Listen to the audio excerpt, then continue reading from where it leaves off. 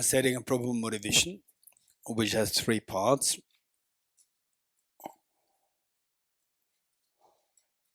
Refuge field.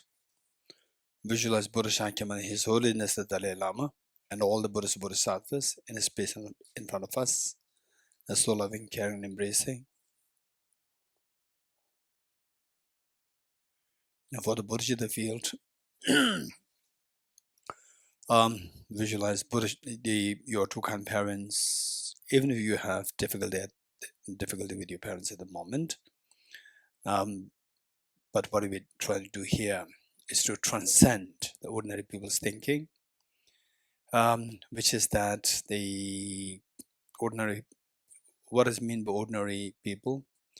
The people who are easily affected by external factors, where you have a small, say the disagreement, and then on that basis you just they get into fight, conflicts, and so forth.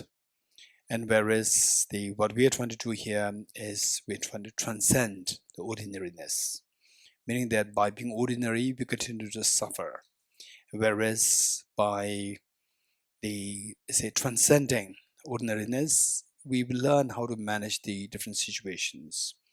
The difficult situations, everybody is bound to go through difficulties in our life, and how you manage these. And some people, because of these difficulties, they really bog you down in your life, and that you really cannot come out of this. Whereas by attending, like learning this text by the Arya Nagarjuna in Praise of Dharmadhatu, identifying your true potential. And then instead of being bogged down by external factors, see how you can identify your true nature inside. And also, once you identify that and you feel the ease, how to retrieve the potential within, and see how to help others, because that we're all there to help each other rather than harm each other. So with this in mind, to reflect on, visualize your two parents and all of family members, including children, and all other demons who are suffering terribly badly in different places, in different forms, like in the war zones. How many are suffering unnecessarily, all because of the bad leadership. Bad leadership, that they don't have to go through the problems themselves, just let the common people suffer. And domestic violence meaning where they are with the family members, some of them are very selfish, and because of which they end up into domestic violence. Let all the family members suffer, and if the husband is the problem, then the whole children suffer, the wife suffers. If the wife is a problem, then the husband is a problem, all the children suffer. And likewise, the children, when they create problems to the parents, unnecessary parents suffer. So what we try to do here is on the identifying, first of all, to identify that we all have this potential, the true potential. So why we act so weird, why we act so bad, is because it is supposed to be a self-defense mechanism. But this self-defense mechanism is all coming out of ignorance. Ignorance is supposed to be defending yourself. Actually, in the facade of defending, you're actually harming yourself and harming everybody else. So this is the ignorance. So the point is that we go through difficulties in some cases due to our own negligence, in many cases due to others' negligence, due to the environment and so forth. Now here, being together, we will learn we are learning from this great enlightened and the Arya Nagarjuna, revered as the second Buddha, and how to manage our emotions, and how to share this wisdom with other beings. And not necessarily that you should be identified as someone like Arya Nagarjuna, but whatever little that we have learned, we go around. For example, like say Tenzin here, raise hand. from Korea. She's extremely kind in her own ways, trying to help other people. So the point is that I do know that amongst you, there are people who are really, trying the best to, in whatever capacity you can be of, to offer help to others. This is so precious. So this is what we're trying to do. Second part of this visualization is to reflect on it, to visualize your two parents, all of them members of the children, and all the sentiments with you, that I'll try my best not to create problem with others. As much as possible, I will try to give happiness, joy, benefit, directly or indirectly to others. And the purpose of this practice, the purpose of this being together in this very beautiful place, the Thosamling, amazingly beautiful place, extremely serene. We're all extremely grateful to Baron Samala, who I've been knowing from last many years. And then me coming here to the Thosamling is all because of Venerable Petronla, who I know from Root Institute, who is the director of Root Institute in Bodh Gaya, and I've been leading such programs there. And when Petronla, while being here, encouraged Thosamling to organize programs with me, and so this is how, now this is the third year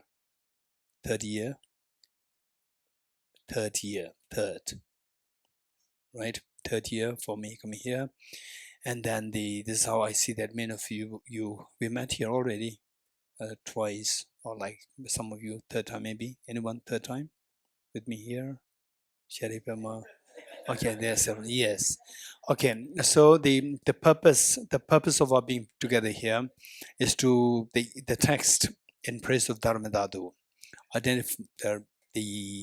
discovering your potential inside.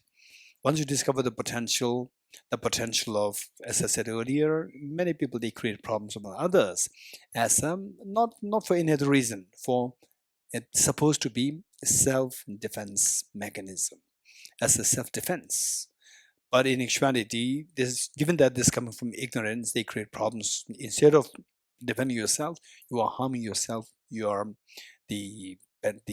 creating problems on others. And this one thing. And then, yes, at the same time, we as ordinary beings, we are bound to meet with difficulties. And you are trying your best, you are being so kind, trying your best to help this person, that person, so forth, but still we do encounter the difficulties one of the other. So now it's extremely important for all of us to say that the managing external factors to quell the problems is one thing. Meanwhile, also not to compromise, identify the internal factors and build your strength from within. It doesn't mean that physically you are weak, so many bad things happening, one after the other, back to back, and I have no strength. Yes, you're right, but all of us, we need to prepare ourselves to build the strength from within, no matter what external factors you meet with, but see how to build the strength within, that you remain strong.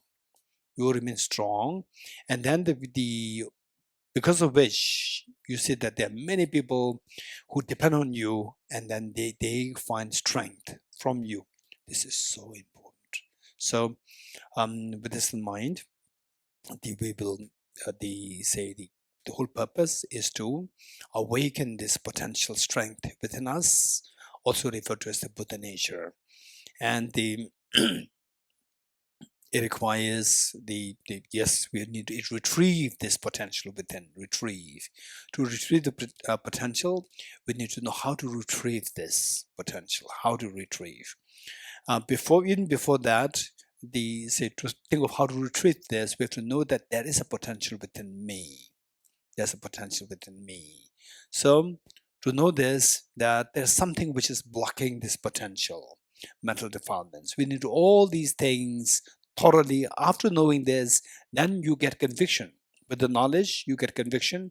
Once you get the conviction, then you will know how to proceed to remove the mental dirt, that the treasure inside us, no matter who you are, we see that everybody has this potential within us. Everybody has this potential, the potential for fearlessness and infinite happiness. In other words, the total strength is within each one of us. So this is our job. So keep in mind that the whole purpose of being together is to awaken the seed of perfection within us, the seed of strength, and the treasure within us. No matter what external situations, your mind is forever. You can maintain your mind at peace, be happy, and full of strength to help others.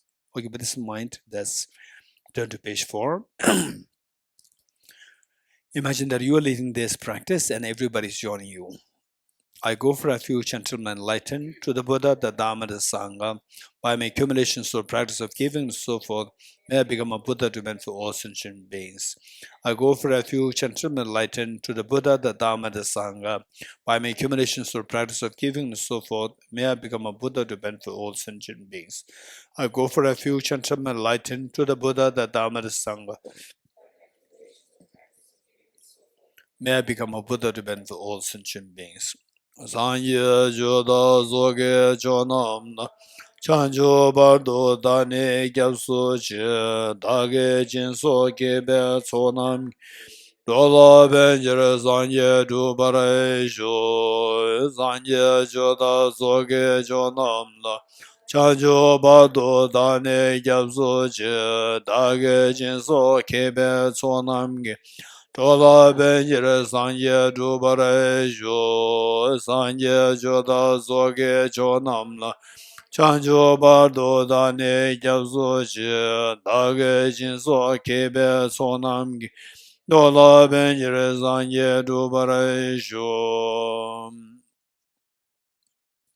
Okay, page 6. The essence of dependent origination mantra.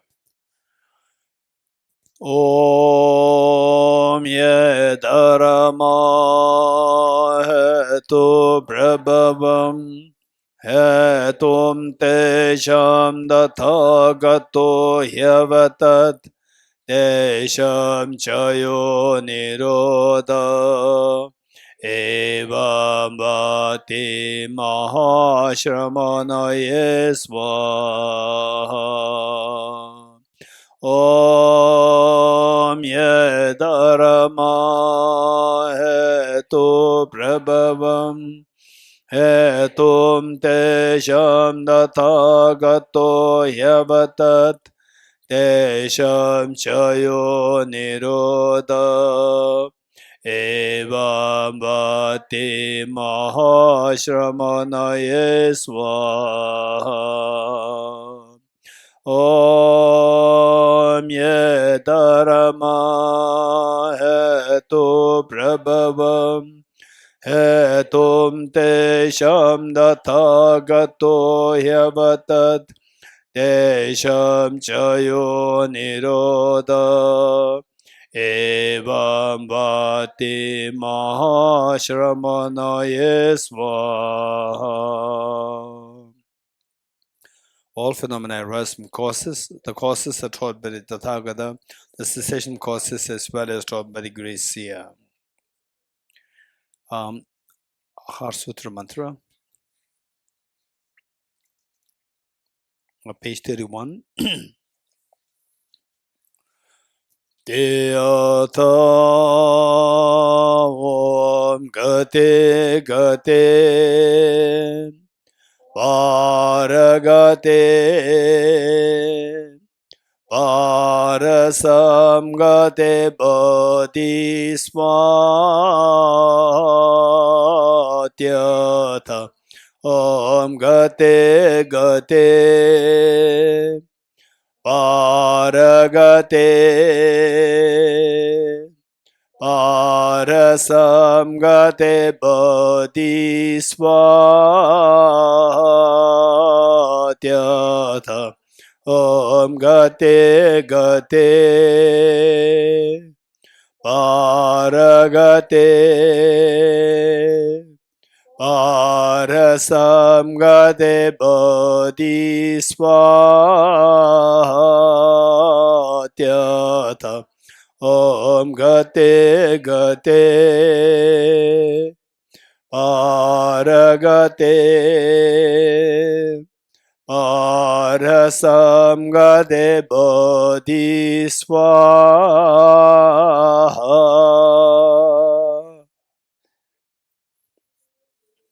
Ju Tam Ram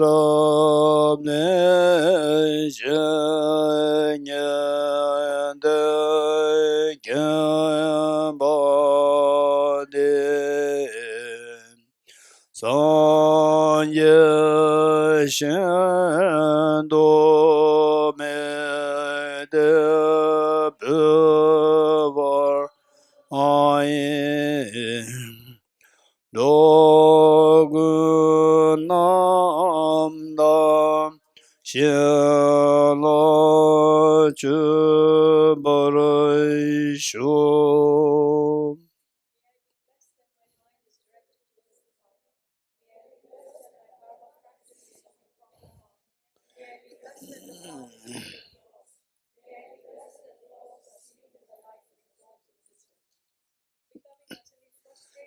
Nice.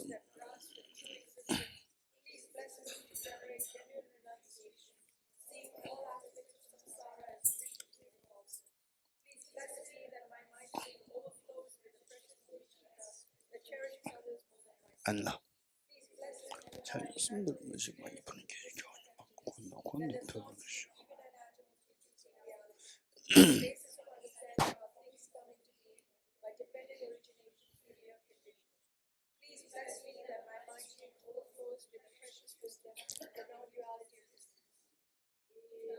Guru Rana Mandala Omnirate Amen.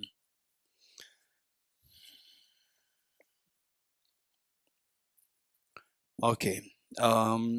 Before we actually go through the main text, we need to have the background information about this text.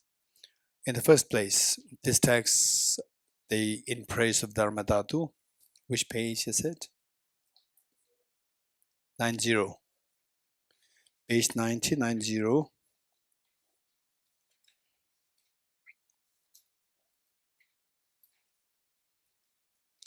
Okay, this text, In Praise of Dharmadhatu by Arya Nagarjuna, page 90. And I did mention this, that the copy that you have, how many of you did not get this copy? Raise hands. Did you get a copy? Good. So all of you have this copy. Those who do not have it, raise hands if you do not have it. Or you all have it. Good. This is your copy, and this In Praise of Dharmadhatu, this text, this extremely, while it's very short, is not the lengthy text, but extremely condensed. There are many information which we are taken for granted that you should have this information. So of course, don't worry. We'll explain these things. This is extremely beautiful text, very important text, and then we will, if we truly can make the most of this text by being together here, this will be greatly beneficial in ways that you will find a purpose, a meaning of your life. And as I said earlier, that many of my friends, meaning that many of the people who come in contact with these courses, the brochures are available there. They're close to the entrance. So these the people, when they come to know about this, they study this, and it is like something, some kind of veil is being lifted from the mind. This is what many feel, and because of which, and they feel that, okay, I'm already in my 40s, and it has been so late that I came in contact with this brilliant treasure of the Nalanda, the Buddhist teachings in the first place, and further commented upon by the Nalanda masters just very late in my life. So how come that I did not meet with this whole treasure of the knowledge during my early age. So there are many of these people who still, I say that the fact that they discovered that on their own, that this is something so precious, even that is very meritorious. So with this in mind, I'd like to just quickly share with you, first of all, this great teacher, Arya Nagarjuna. A quick idea about this great teacher. And the Buddha at one point, of the numerous teachings the Buddha gave, we see that today the Buddhist teachings, some of you are already aware of that Buddhist teachings can be seen in two ways. One, more today what we see as the Theravada Buddhism. There's also the very standard teachings which came from the Buddha, and then the Mahayana teachings that you predominantly see in the Chinese tradition and the Tibetan tradition, and of course in the Vietnam, and also in Indonesia. And in fact, I would say that Indonesia was one of the incredibly important places where the Mahayana teaching flourished. So in the course of our retreat, we'll come to know about this. A great teacher, Lama Selingpa from Indonesia.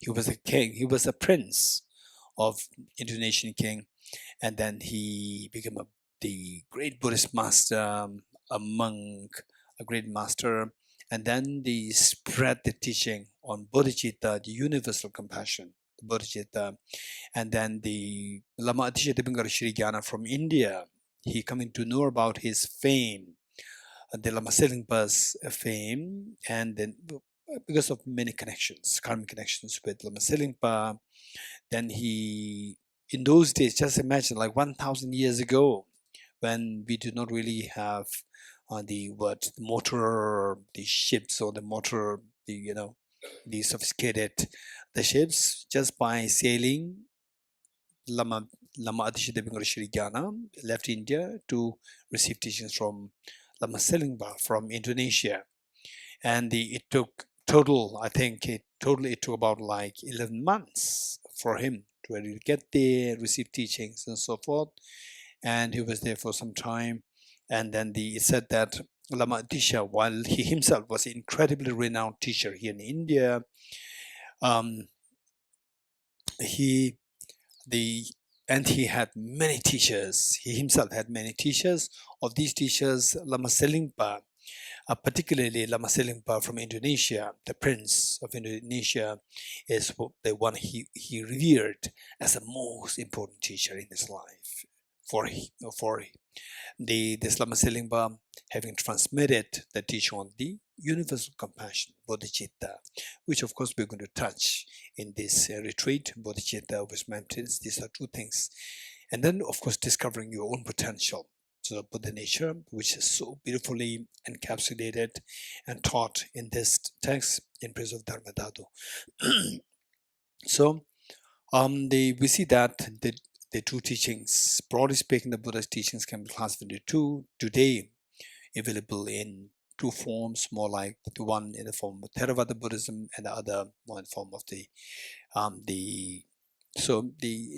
people call it differently, like say Theravada Buddhism, Mahayana Buddhism, and Vajrayana Buddhism. This is extremely indication of the people actually not knowing the real the Buddhism. So this is not a good way of classification, which means that the person doesn't really know the Buddhist concept so well. Whereas if you go into universities, this is a very general trend. Buddhism, there are three kinds: Theravada Buddhism, Mahayana Buddhism, and Vajrayana Buddhism. This is not a good way of classification, and which we have to learn how this is not a good way of classification. And this, of course, I'm not going to go now. The in between, if the need be, I'll then go into these details. And if you are interested, then you can bring this up in the form of question. I'll be happy to address them. So, on the Buddhist teachings today, better way of putting that would be like the teachings in the Pali language, Buddhist teachings available in the Pali language versus Buddhist teachings available in Sanskrit language. Sanskrit language based Buddhist teachings and the Pali language based Buddhist teachings. This would be a very good way of classification, which is Holiness actually does it. And then it makes this amazingly, this brilliant way of classifying Buddhism, which is very precisely accurate, as well as that becomes very comprehensive. So with this in mind, at the time of the Buddha predominantly, the Buddha taught today what is available as the Buddhism, the Pali language based Buddhism. That was what the Buddha taught predominantly. Why? Because the Buddha's teachings, they were not really like, okay, now I'm giving teaching and the advertisements, nothing. It's not like that. That just Buddha, wherever the Buddha travels and the people make the request, then Buddha give teachings.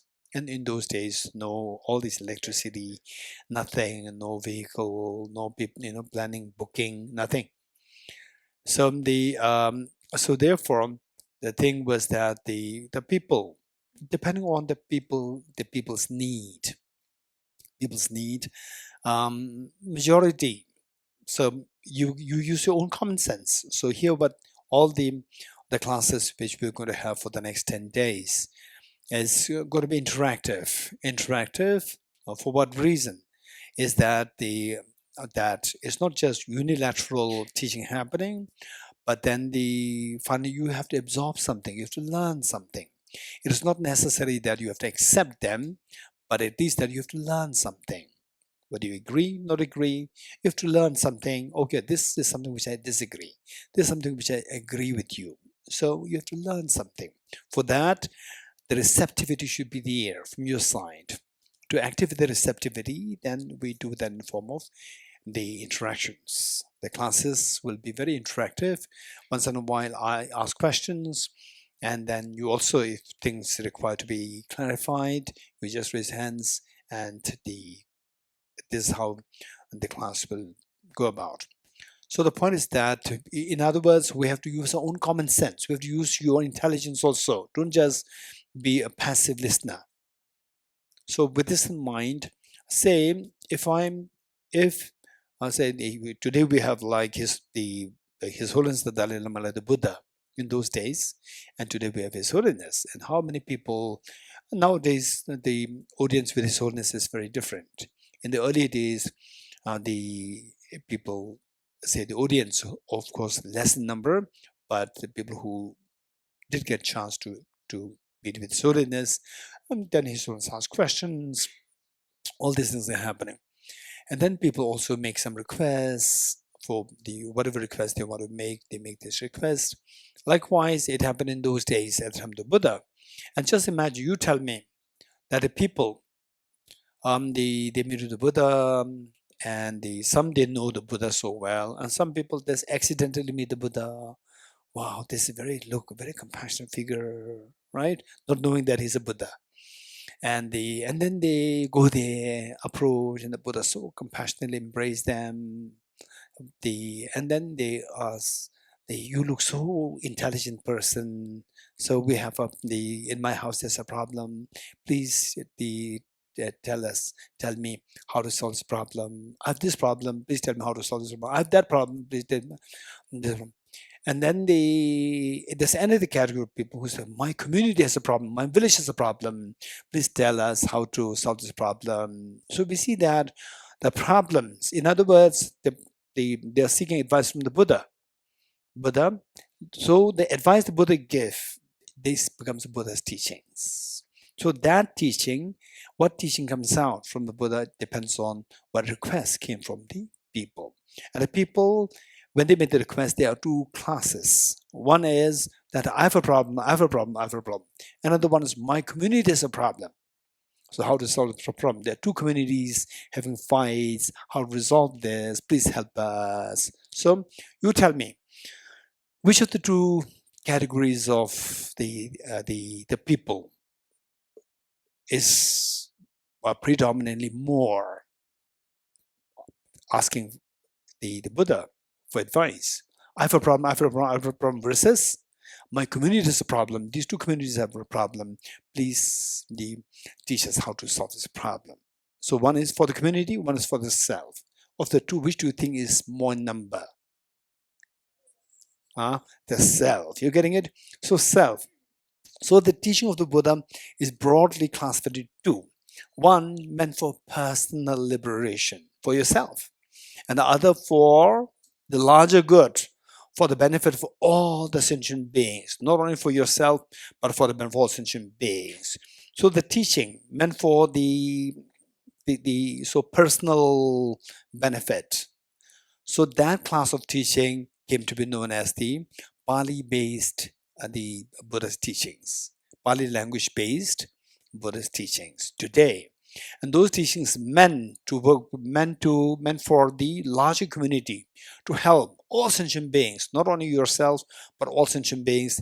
That came to be known as the Sanskrit language-based Buddhist teachings, predominantly in China and in Tibet, and then in Malaysia, in Indonesia, in Japan, in Korea, many of these places they do have, in Vietnam also, they do have this. So in other words, the Pali language-based the Buddhist teachings, this is predominantly teaching meant for personal freedom, personal liberation. Whereas those teachings meant for the Sanskrit language-based Buddhist teachings are predominantly meant for the benefit of all the beings.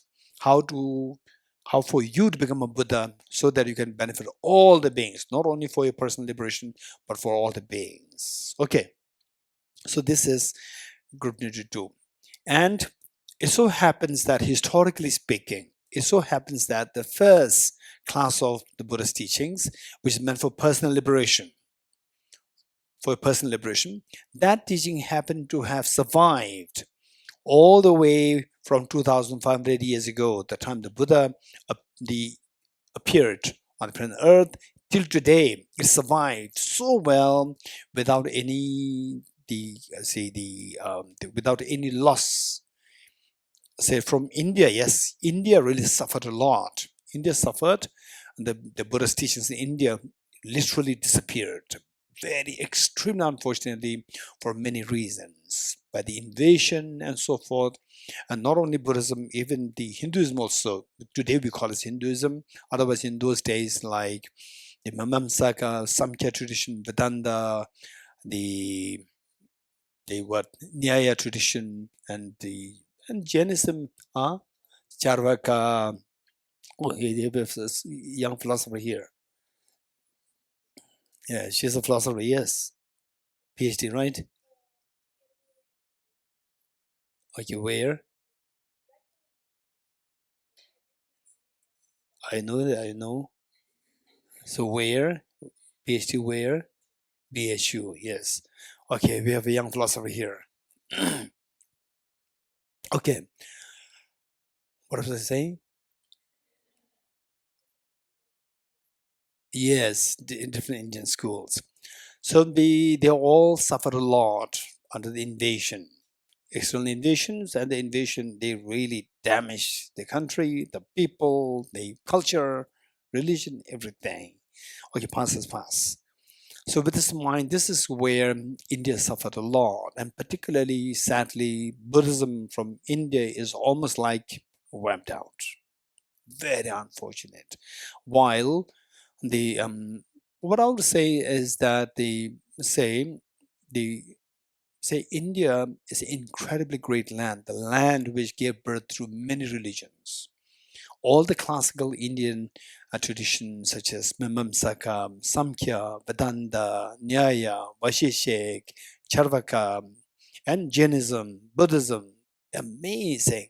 And look at each of these traditions is so rich, amazing land which gave birth to all these amazing traditions. Unfortunately, that is what happened. And Buddhism really wiped out from India.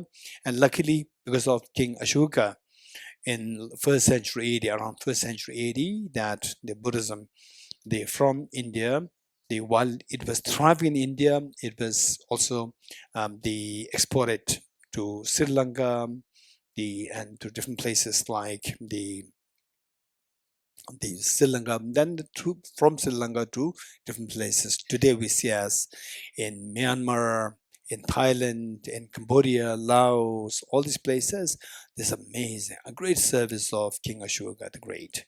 Okay, so but the other side of Buddhism, which is the Sanskrit language-based Buddhism for the benefit of all sentient beings, that Buddhism, even at the time of the Buddha, it was taught less because people who are actually asking for this teaching is so less, because they are predominantly asking for themselves.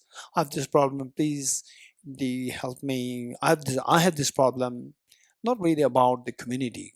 Community on a large scale, the teaching the Buddha gave was much less in comparison with the teaching for the personal liberation. So at one point, the Ananda, the Buddha's chief attendant, and how many of you heard about Ananda? Raise hands. Okay, many of you. How many of you never heard about Ananda? Raise hands. Okay. If you've not heard about Ananda, you have to know this. And even those who heard about Ananda, you may not know this anecdote. It's very important. Ananda became the chief attendant of the Buddha Shakyamuni. And how was that? The Ananda was a cousin of the Buddha, was a cousin. And he followed the Buddha's their teachings, and he also became a follower, disciple of the Buddha. And at one point, the Buddha's disciples, they came to realize that our teacher Buddha Shakyamuni should have an attendant, and they were discussing who is the best candidate, and they found that the best candidate is Ananda, Buddha's own cousin and a disciple. And then they approached Ananda. The Venerable Ananda, would you be happy to take charge as the Buddha's attendant? And then the Venerable Ananda said, yes, I will, provided under one condition. Okay, if somebody asks you to be the attendant of the Buddha, would you lay a condition? You will not lay a condition. But Ananda said, yes, under one condition. And then they were a little taken aback. So we thought that this honor for somebody to be offered this position, and then you are laying the condition for Buddha. So, and then they said, so what is the condition? And Ananda said that our teacher Buddha Shakyamuni should teach only in my presence, not in my absence. Okay, so somebody said, wow, right? Okay, so why, Suzanne, why? You think it's too much? Okay, actually it's not too much. It's actually for the benefit of us. You know why? Okay, so what happened was that then the matter was reported, because that nobody can decide that the Buddha will teach only in the presence of Ananda. Nobody can decide. Who can decide? Only the Buddha can decide. So they approached the Buddha. So we requested Ananda if he can be the chief attendant of our teacher, Buddha, the Tathagata Buddha. And then they laying this condition. And then what should we do? And the Buddha said, yeah, that's okay. I'll teach only in his presence. So Buddha accepted the condition. So from that day onwards, Ananda became the Buddha's chief attendant. And for your information, you do come across the dimension of what is known as the Buddha's teachings, all encapsulated under what is known as the 84,000 teachings. And some the references, we see the mention of the 80,000 teachings and some 84,000 teachings. So where lies this? What is the reason for this deviation, this difference? In some cases, some sources would say 84,000 teachings given, and some say 80,000 teachings given. Where lies the difference? Difference lies in this story. The Ananda took over, meaning Ananda became the chief attendant of the Buddha. From that time onwards, only 80,000 teachings were given. before Ananda became the chief attendant, 4,000 teachings were already given by the Buddha. So, say if there's mention of 80,000, it simply means the time since the time Ananda became the attendant. So that was 80,000, and before that, additional 4,000 taught combined together is 84,000. So this is the what you find mentioned in the Acharya Vasubandhu's text, Abhidhamma Kosh. This text is extremely precious and the like encyclopedia of Buddhism. You will see extremely important topics discussed in this text. Okay, so Ananda, what happened was that the Ananda, being extremely intelligent, smart, and he noticed that the teacher Buddha Shakyamuni the gives two kinds of teachings. One, for the personal liberation, and that is what the Buddha gave the very easily. The majority of the teachings were all about personal liberation, and the only few teachings were given on for the individuals to become Buddha for the benefit of all ultimate sentient beings. Then Ananda, he stood up, mid-procession Buddha, and raised this question. The teaching that you are giving today, teaching on, the benefiting all the sentient beings, not only one individual person, but all the beings. This teaching is so precious, but it is so rarely taught. And because of which, this teaching, who is going to preserve this? The majority of the people that you see around, historically speaking, majority of the people, they're just interested in the teachings that you gave pertaining to the individual liberation. But whereas this teaching is so precious and less number of people are really interested in this, and they don't have the capacity in the first place to understand this teaching. And after the Tathagata Buddha, who is going to preserve this teaching, uphold this teaching? This was a question raised by Ananda to the Buddha himself. Then the Buddha made a prophecy, you are right, and this teaching may disappear.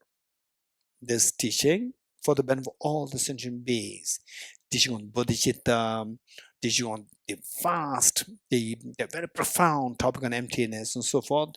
These may disappear from the planet Earth, but they say after about 100 years from now, this is what the Buddha made the prophecy. After about 100 years from now, there will be one monk by the Naga from the land of coconuts. There's going to be one monk by the name Naga from the land of coconuts, and he will retrieve this teaching, this set of the teachings, the genre of the teachings, and then he will disseminate all over. And then when he passes away, he will take birth in a pure land, the one Buddha's land, where he's going to become enlightened, become Buddha there. So this is the prophecy made. And who's that? That is Arya Nagarjuna, the author who composed this text. And to his credit, there are numerous texts, and the one which is most important for the liberation, real liberation, that is known as the Mulla Madhyamaka Karika. Mul Madhyamaka Karika, or the fundamental wisdom of the middle way. Fundamental wisdom of the middle way. So that text is a main text. And then to supplement this text, there were many other shorter texts composed by Arya Nagarjuna. So with respect to his life, what happened was that the moment he was born, of course he was born in a well-off family, and then in those days, the tradition to consult the astrologers and the high priests was so common. And then being from big family, the family, took this child and sought what about the child's life? Seeking the advice from the astrologer, and the astrologer made the prophecy that this child will live only for 7 days. Arya Nagarjuna will live only for 7 days. And then what can we do? And then Of course, the whole family, the parents, they love the child so much. And then they ask if there's any way by which to work for the longevity of this child. And the astrologer said that yes, it can be done. So he taught some ways how to accumulate merit, engage in practice of generosity, so that the child can live for another 7 months. So 7 months, again, 7 months. Then after that, then again it's coming closer to its completion of the 7 months. They again went to the astrologer, asked if there's a way that you can do something. And they said, yes, you can.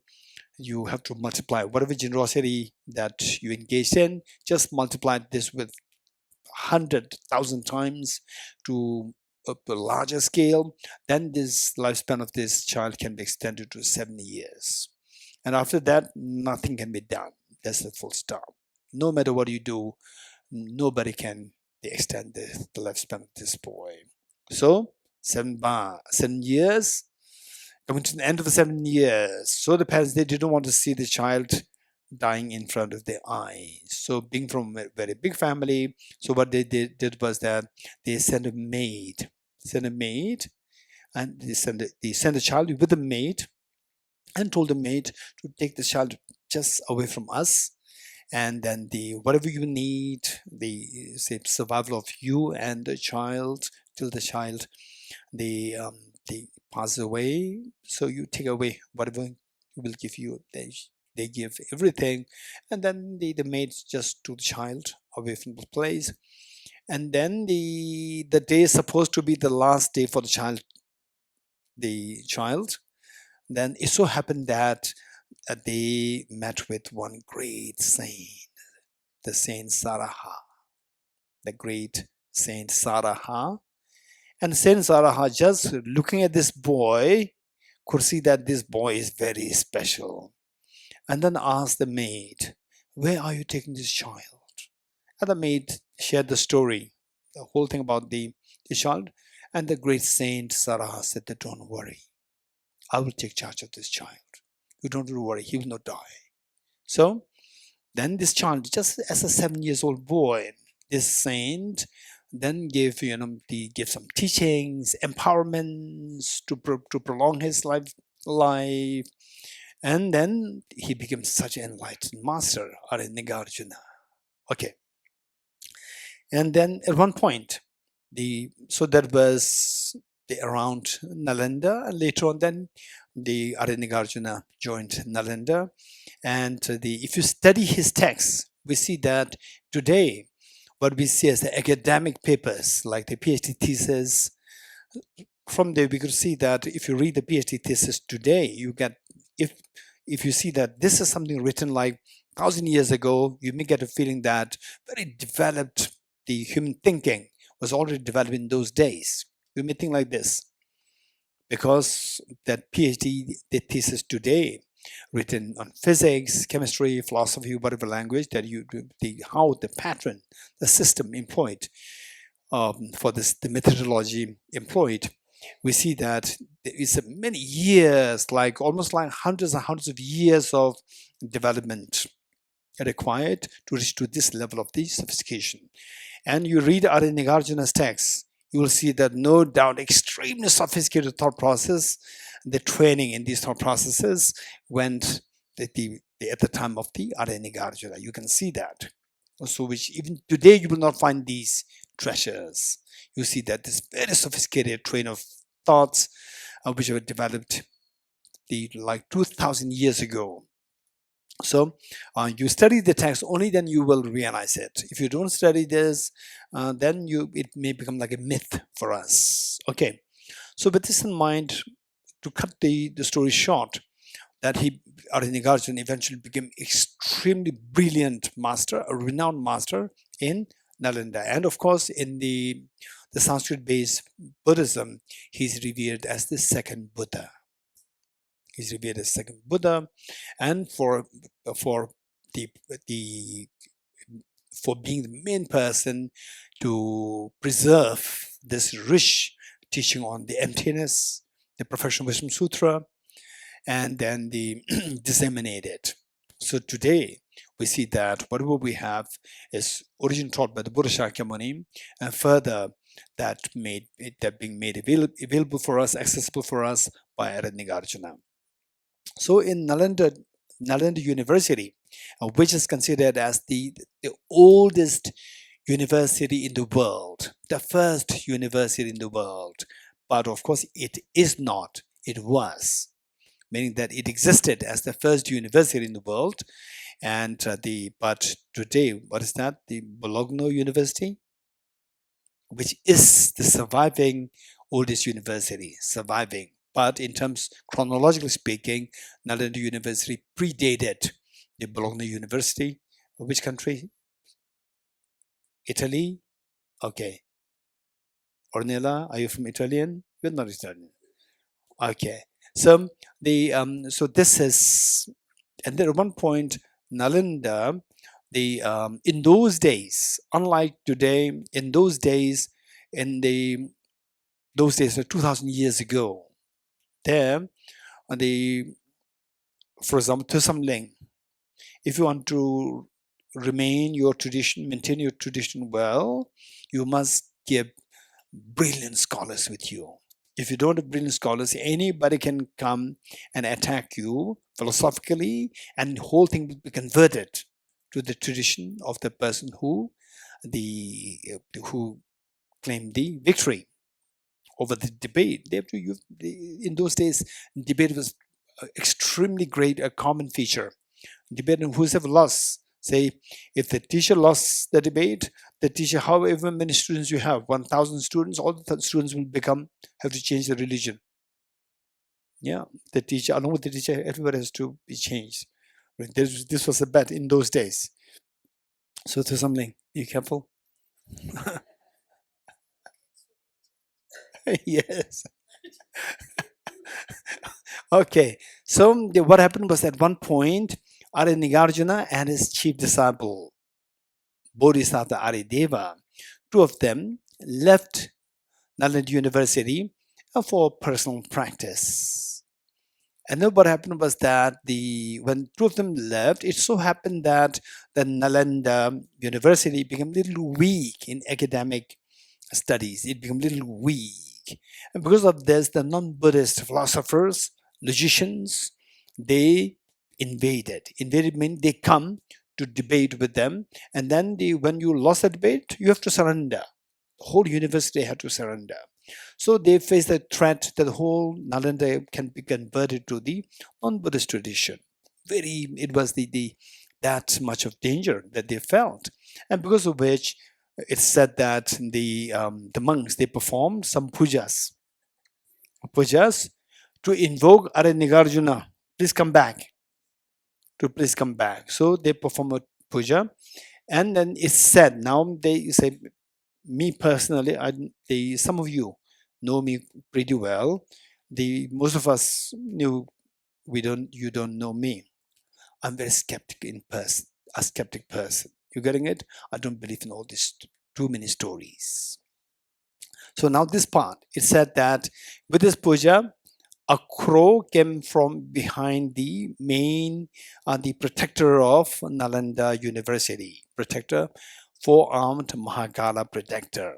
So they was invoking this four-armed Mahakala, and from behind the statue, a crow came.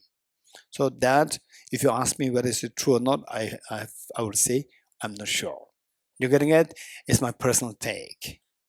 Then what happened was that then the monks, they took this as a very auspicious indication.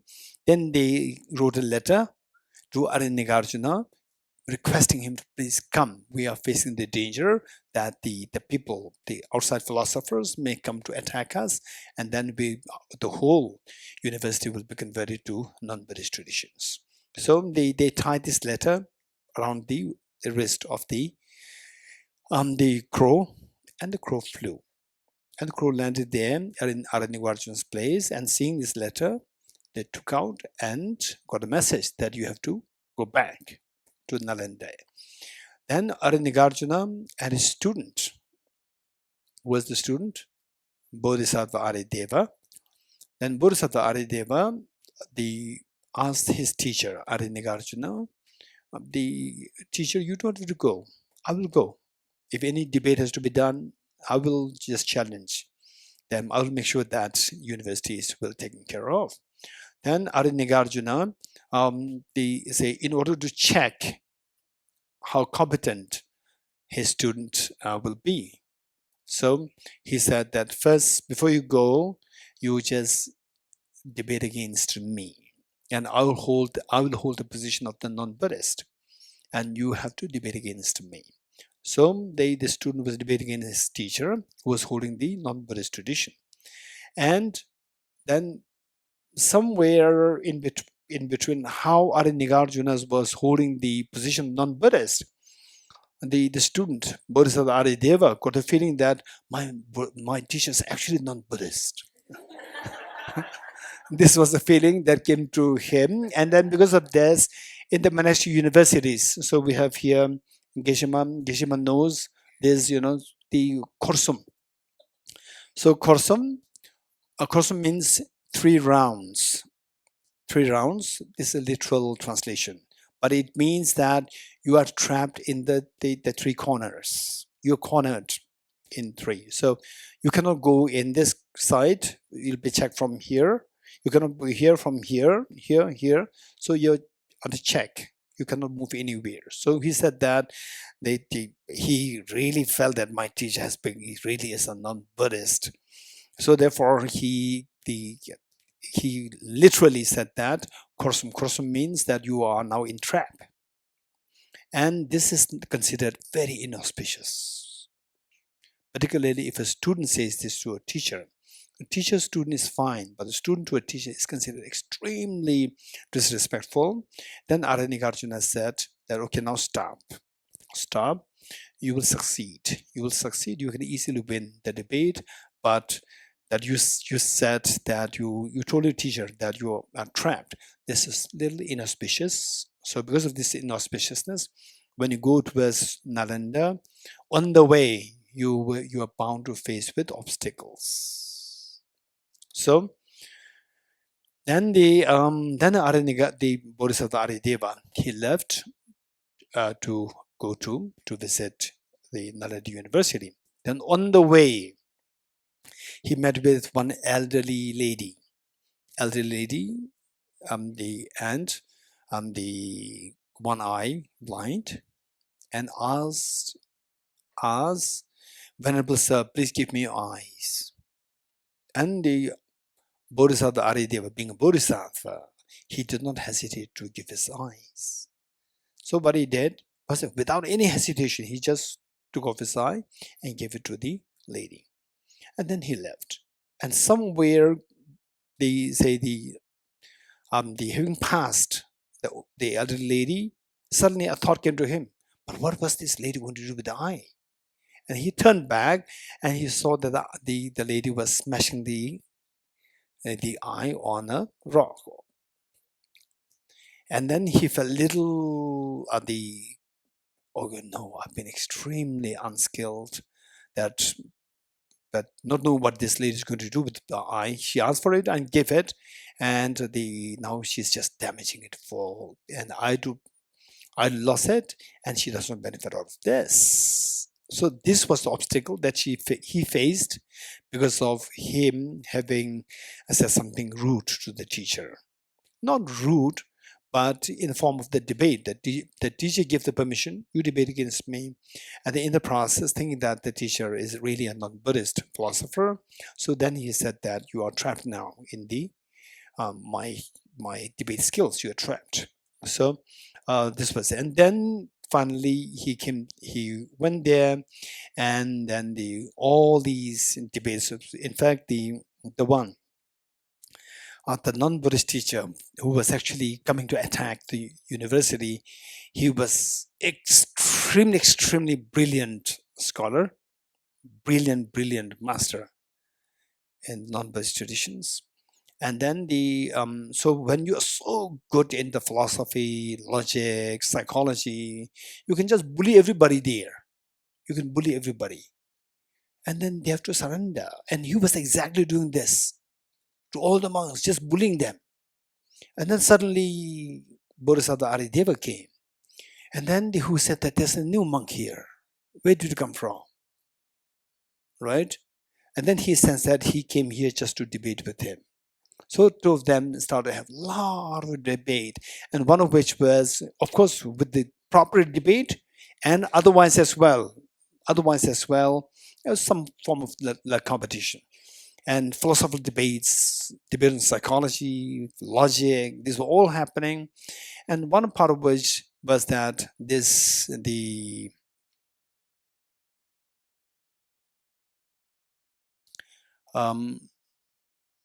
what is his name in Sanskrit? In Tibetan, his name is Lubun Tayang. And the what Gosha? Buddha Gosha is another one. Okay, I don't remember the Sanskrit name. Ashwaghosh. So his name is, in Sanskrit is Ashwaghosh, and in Tibetan is Lubun Tayang.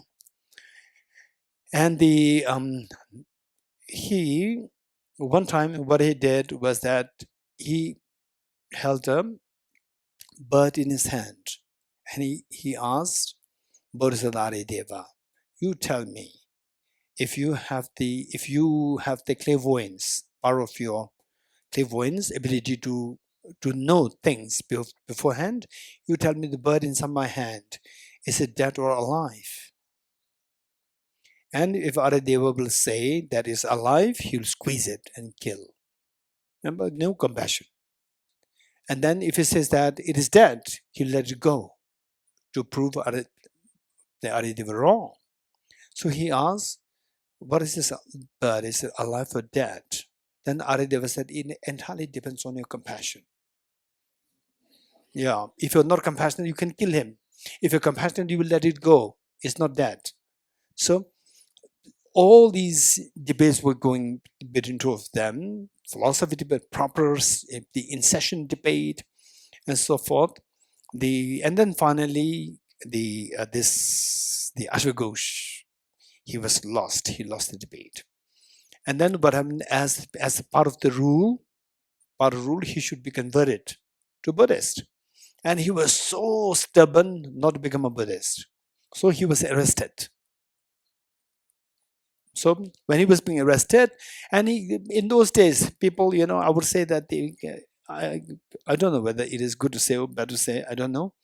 Was the people, these people, brilliant people, today they have so many distractions are there. In those days, no distractions. And they have brilliant mind. So they cultivate insight.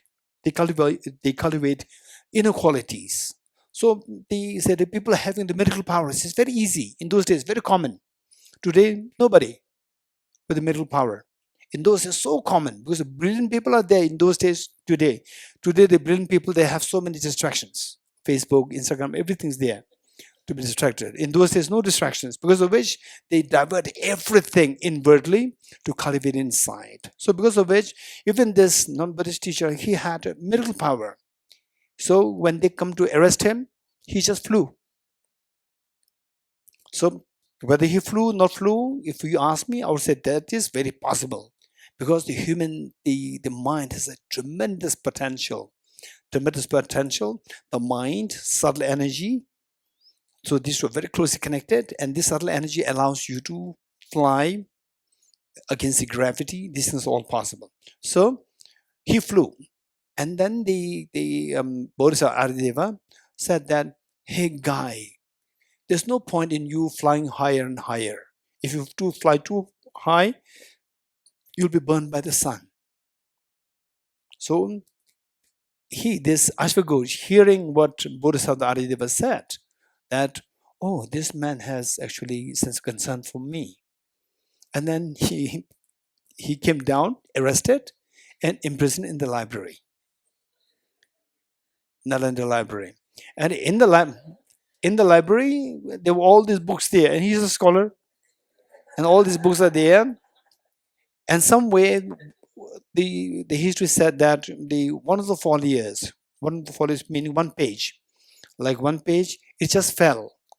And he picked this up, and that is a prophecy of himself, that he is going to be become a great contributor to the Buddha's teachings. This prophet was there. And then he became a Buddhist. And then today, all the teachings that His Holiness the Dalai gives on 15th of the first month of lunar calendar. You remember that? 15th day, this time also, His Holiness gave the teaching about like 2 months ago. About 2 months ago, here His Holiness gave the teaching. So that text, based on which the teaching is given every year, 15th day of the first month of lunar calendar, that text was composed by Ashwa Ghosh. So that is about the Buddha's, the early former lives, Buddha former life. And Ashwa Ghosh is known for his poetic skills, literary skills, poetic skills. And his compositions are considered extremely beautiful, classic composition. And then he regretted over having done the wrong things against the Buddha's teachings, and he regretted it, and he made compositions in praise of the Buddha for his brilliant teachings, Buddha's teachings. Okay, so this little bit about Arya Nagarjuna. So with this in mind, with this in mind, before we go through the actual text, what we need to remember is that just see if our time together for the next 10 days, this is something, is whether it is just for your just a holiday spirit, or something which is of value for me, for each one of us, something of benefit for each one of us. For that matter, what we need to do is that if you really want to make the most of our being together here, we should see the relevance of this text which we're studying with your being. So how do you do that? Make it very simple. Ask yourself, what is the purpose of my life? What is the purpose of my life? Okay, how many of you thought about it in your life? How many of you, for how many of you this question came to you once in a while? What's the purpose of my life? Raise hands. Okay, this question it did come to you. And in fact, I'm quite amazed that in Singapore, there's one, there was many years ago, I think about like maybe 6, 7, 8 years, 8 years ago, there was one little girl who must be aged 5 or 6 then. Now perhaps maybe 13, 14, 15. And then every year I go to Singapore, she would, of course, she was so little that she could not attend all the teachings, but she would make sure that she would come to see me. And then gradually, when she was like 10, 11 years old, she started to ask questions to her parents. Why am I on the planet Earth? This was her question. And the parents were struggling. No answer. Why am I on this earth? What's the purpose of my life? All these big questions were being asked by this little girl. Okay, I'm sure that many of you also these questions came to you, and it's very important. I'm born on this date, this date, and at this school, and this is my life. Now what, right? And the startups, business, job, or what? I said, this is wasting a life. Our life is extremely precious, Then particularly when you know that you have a tremendous potential. Then if you spend a life like this, I say, for example, family gathering, friend gathering, and then go to some pubs or some dinner, lunch, and then talk something. What about a friend like this, that, this, and then we discuss on other people, right? Oh, we had a good time together, and meanwhile we are wasting a life. So instead of that, say first, ask yourself, what's the purpose of my life? What's the purpose? Is there a greater purpose? Is a greater purpose? In other words, And let us not live in what is known as the ignorance is bliss. Ignorance is bliss meaning that you don't know your potential and you're okay. In comparison with many other people, you're okay. You are better off in many ways. So my life is okay. No, you're not okay. You have many more, say you have much more potential than what the what is manifested now. Number one. Number two, the future we never know. Thus far, your life may have been successful, nice, good family, and so forth. But at any time, anything wrong can happen, one after the other. And if you don't know that, you ask the particular elder ones, like people of my age. You ask these people, many of them, they have these experiences. You're getting it? And the young ones, I don't think you have, and even some of the young ones, they already start to have these experiences since they very young age, like age 5, 6, 7, 8. From there, they already had been through these life experiences, difficult life experiences, one or the other. And if there are some of you, the young people here, you have no such experiences, right? Don't worry. All these experiences are waiting for you. You're getting it? All these experiences are waiting for you. And for example, like Ningjila here recent. Ningjila, I really appreciate this young man. And this is amazing. I really appreciate this young man. Yeah. And he's really, he knows where he's going. It's not like he's floating. He's not floating. Many of us, we may be floating. You're getting it? We think that you're swimming. You're not swimming. You're floating, right? And suddenly when you reach the cliff, right? And then you realize that you're not actually swimming, you are actually floating, right? Then you fall, very dangerous. You have to learn how to swim, not just float. You're getting it? Oh, my life is nice. What's the problem? He's talking about the problems and so forth. My life is okay. It's very beautiful. My dad, my mom, my brothers, sisters, they're all so nice. My husband, my wife, my children, they're all so nice. What's the problem? Right? So you may feel like this, but life is extremely complicated. Anything can happen to anybody at any stage of your life. Anything can happen. So we should be extremely wise enough. Those people who can plan ahead of time what can potentially happen in the future, if you can put a halt to these potential dangers in the future from seeing far ahead in time. And these are wise people. And those do just float, thinking that you're swimming. And then suddenly you end up, the facing with the difficulties one after the other.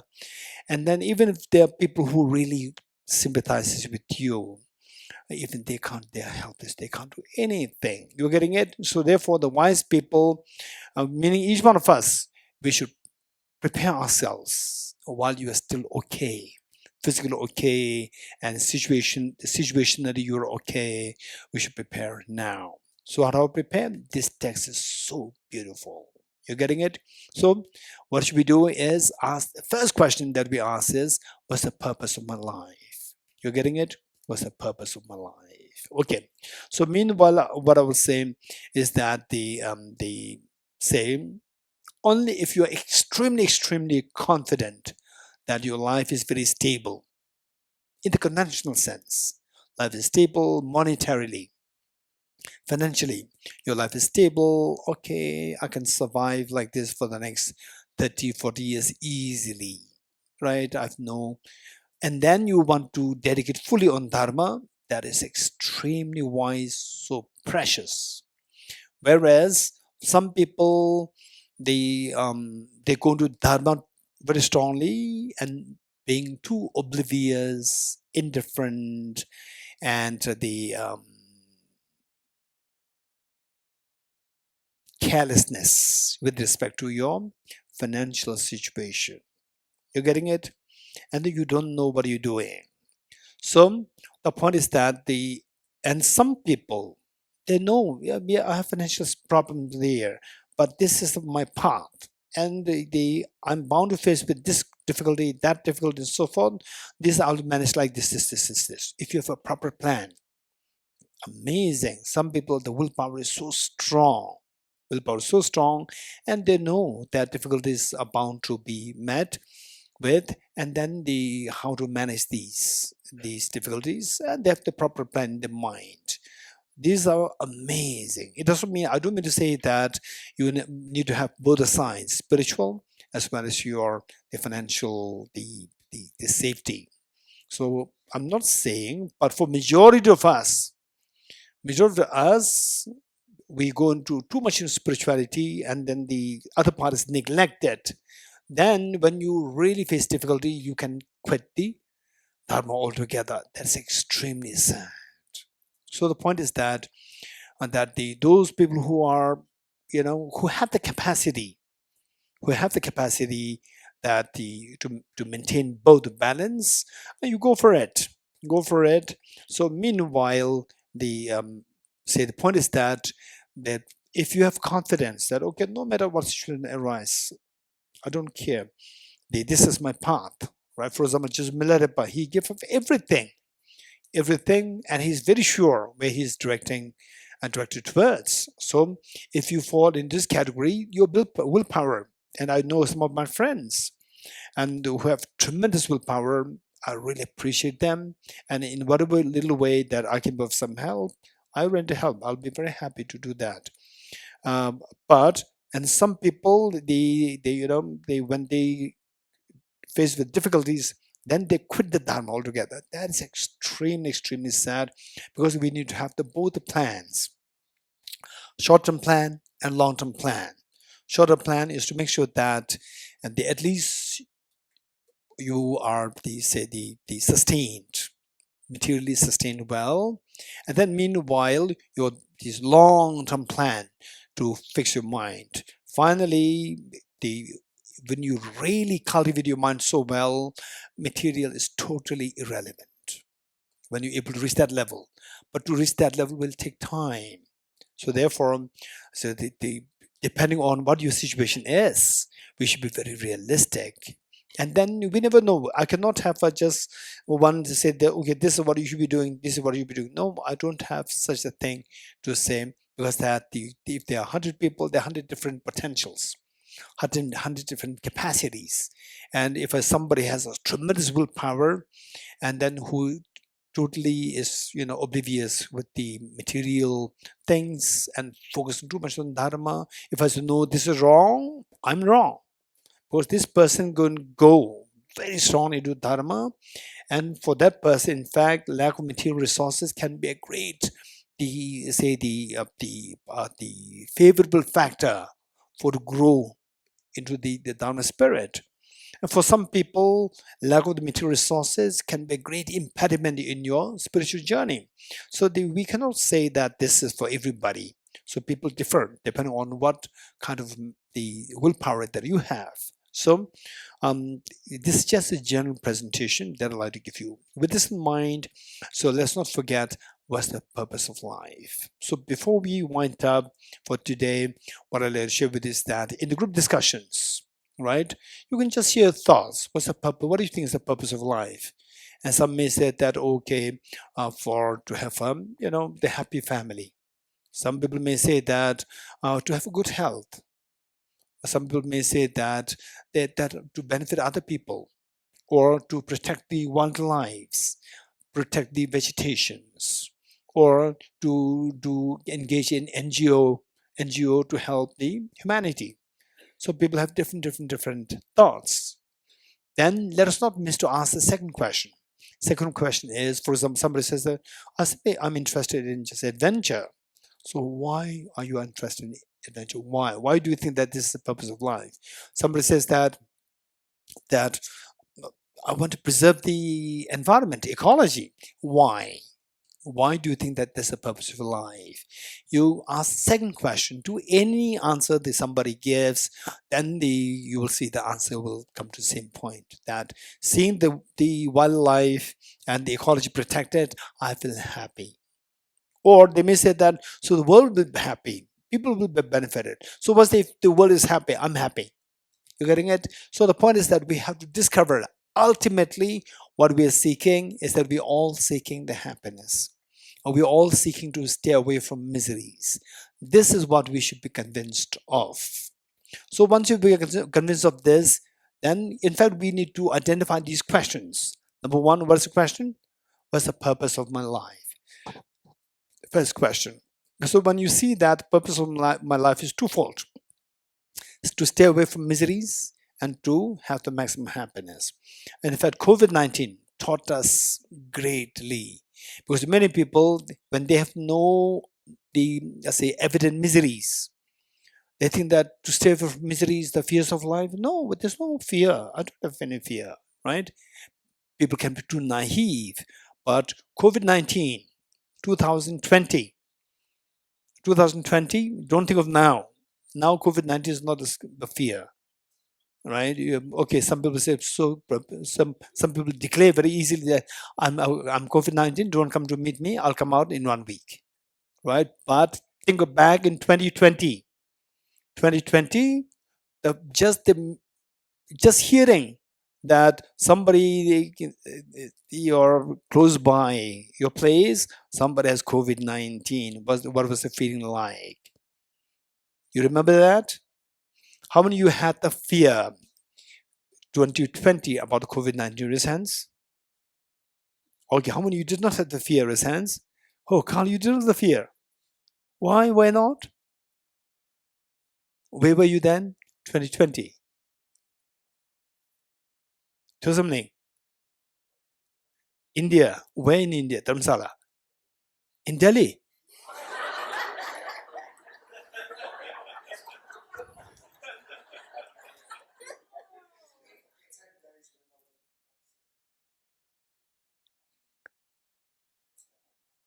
In Delhi. So there was immediately after lockdown, or okay, lockdown happened in Delhi, then 10 days. Okay, UK, you didn't have the fear. No fear. The COVID-19 spreading. You did not hear the news. Some people they forgot. Right? 2020 what? 2020. How many years? 4 years. They forgot. 21 also. 2021. These 2 years. I don't think, Carl, you forgot it. Okay. Huh?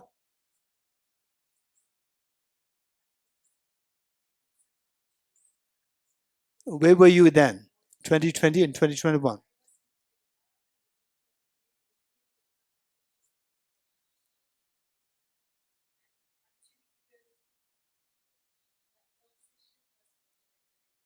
Yes.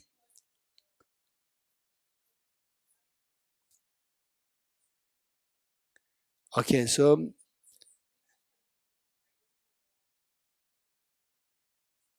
okay, you did not have any fear. Okay, the fear for your parents? My mother, that's what I see. Okay. Okay. So protect her so that you'll be not a burden for you. Because she can be more fragile to it. Okay, then what? The COVID-19 is the fragile, not fragile finish. COVID-19, it kills you. You do not have the feeling. Okay, okay. Not even believe to this huge things that.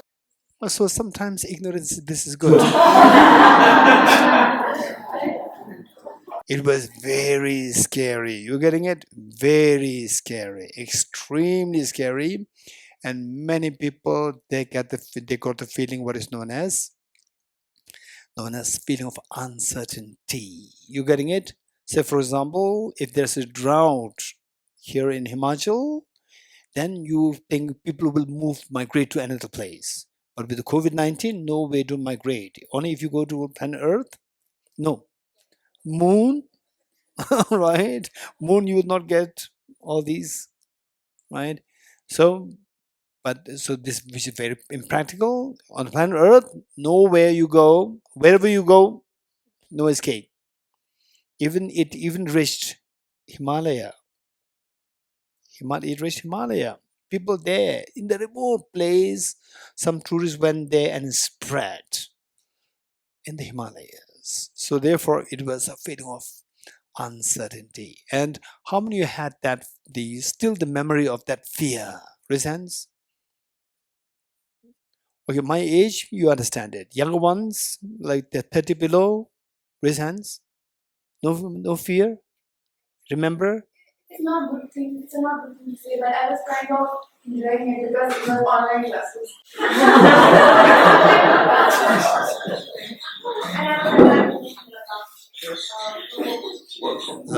Many people died.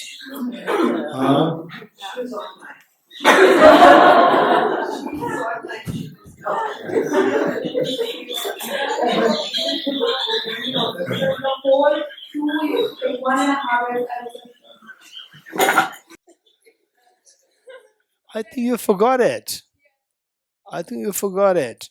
That fear. Right. Sometimes what happens is, in 21, every fourth day, somebody I knew very well in family or friend died of COVID in Delhi. Yes. But I was living in Goa, and as she uses the word, there was a complete disconnect. There was no, but in my case, it wasn't disconnect.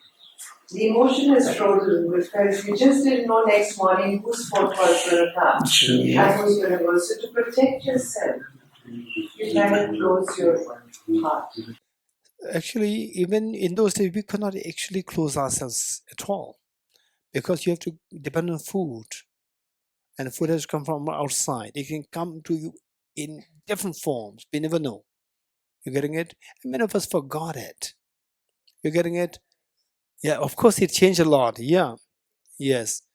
And so therefore, the wise people, who are the wise people? Okay, now the wise people are those people who cannot forget the past memories, right?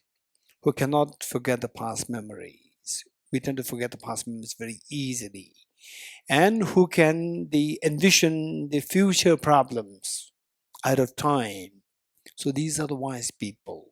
So we all have the capacity to become wise. You getting it?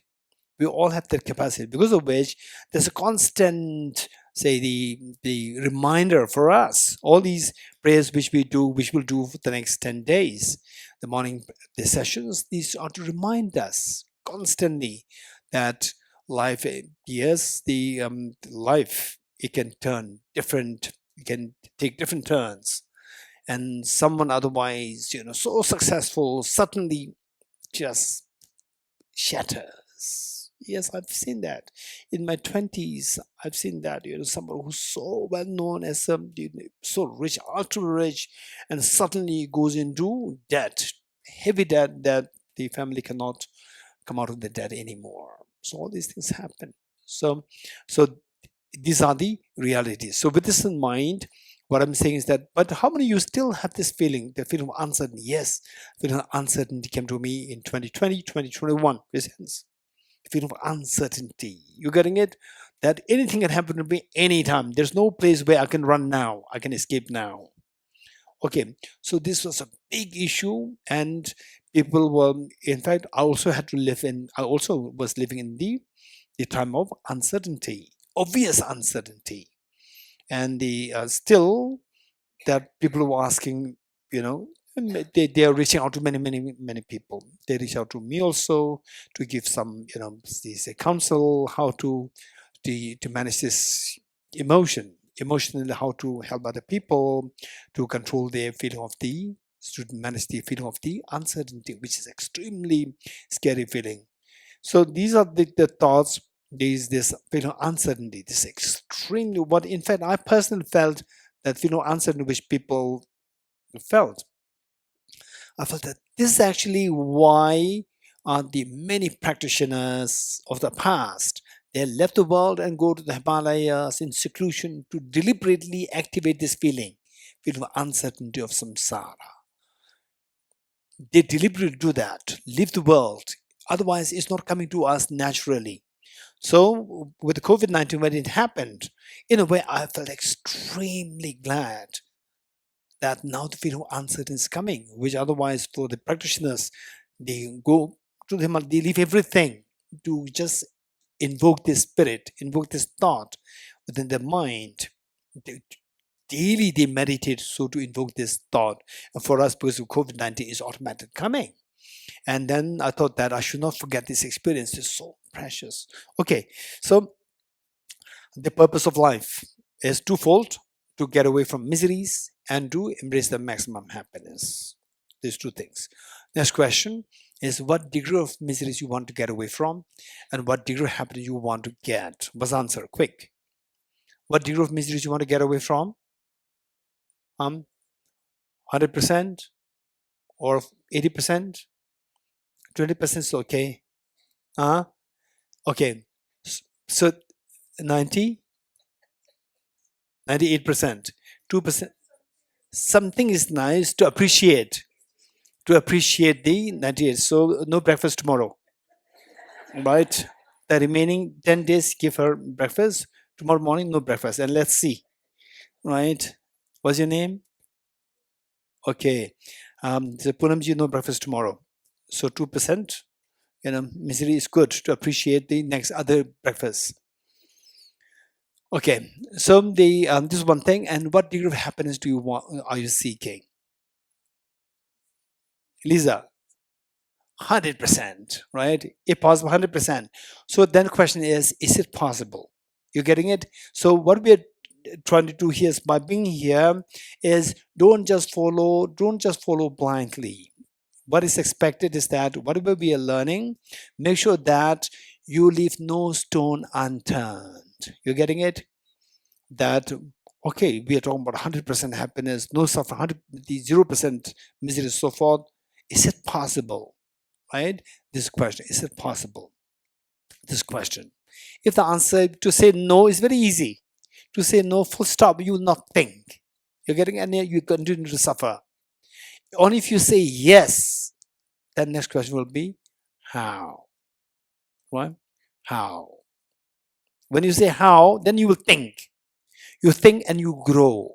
This is what makes you wise people, wise person. So these questions, it's a great opportunity for us to be together here, and then they think of these questions in group discussions, and they are being together here for the 10 days. The weather is so beautiful, right? And place is so beautiful, greens, and it's not for holiday. Don't forget it. You're getting it? I could hear all these ha ha ha ha ha laughter everywhere. I could hear this, right? I was doing my meditation and ha ha ha ha ha, and all these are coming, right? It's not like they're on a holiday, right?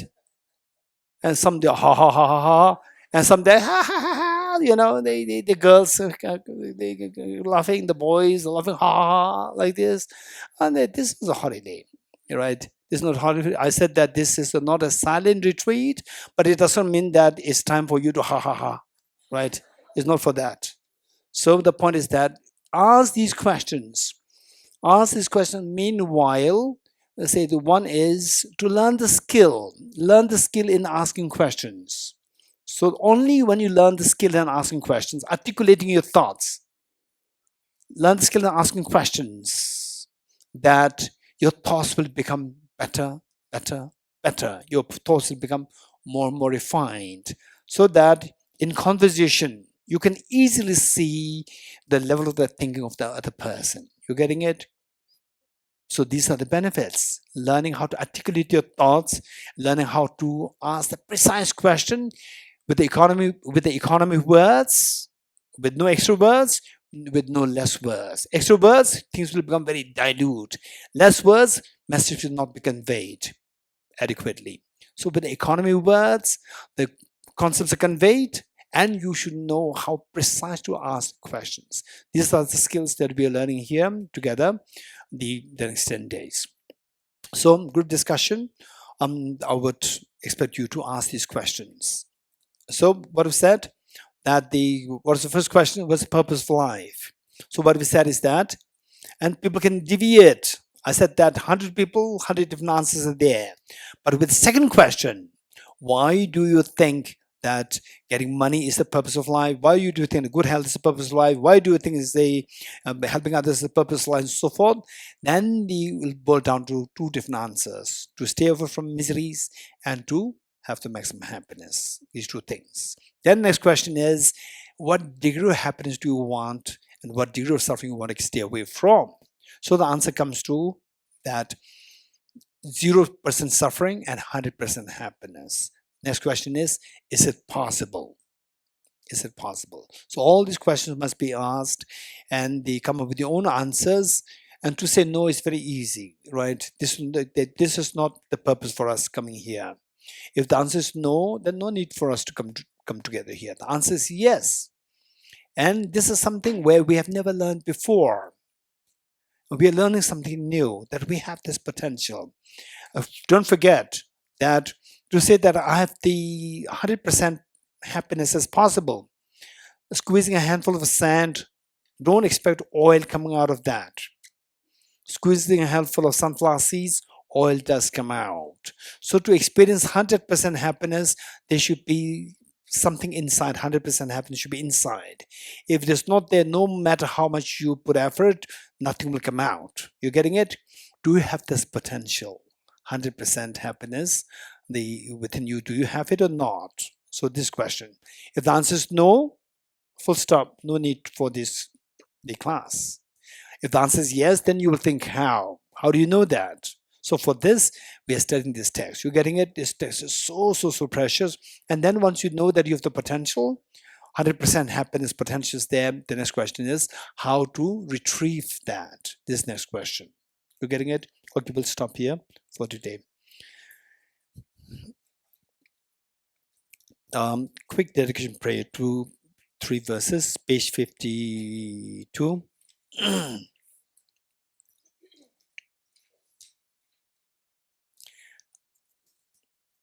And during the group discussion, I expect you to discuss on these questions. First, you must become very confident that, okay, now these questions become very clear, right? These questions make sense to me. And with these questions, if they make sense to you, then from tomorrow, when you go through the classes, then you will really enjoy. Okay. I dedicate the merit of Daskatha to first realization that is in the prayers of Buddhists and Bodhisattvas of the 3 times, and to the holding of the doctrine of scripture and insight. May I in all lives, through the force of this merit, never separate from the 4 wheels of the Mahana vehicle, and accomplish all the stages of the path, renunciation, bodhicitta, perfect way in the 2 stages. From our 2 collections of vast space that have amassed, from working with effort in this practice for a great length of time, may mind's wisdom, eyes blinded with ignorance. Yata Om Gate Gate Paragate Parasam Gate Bodhiswatyata Om Gate Gate Paragate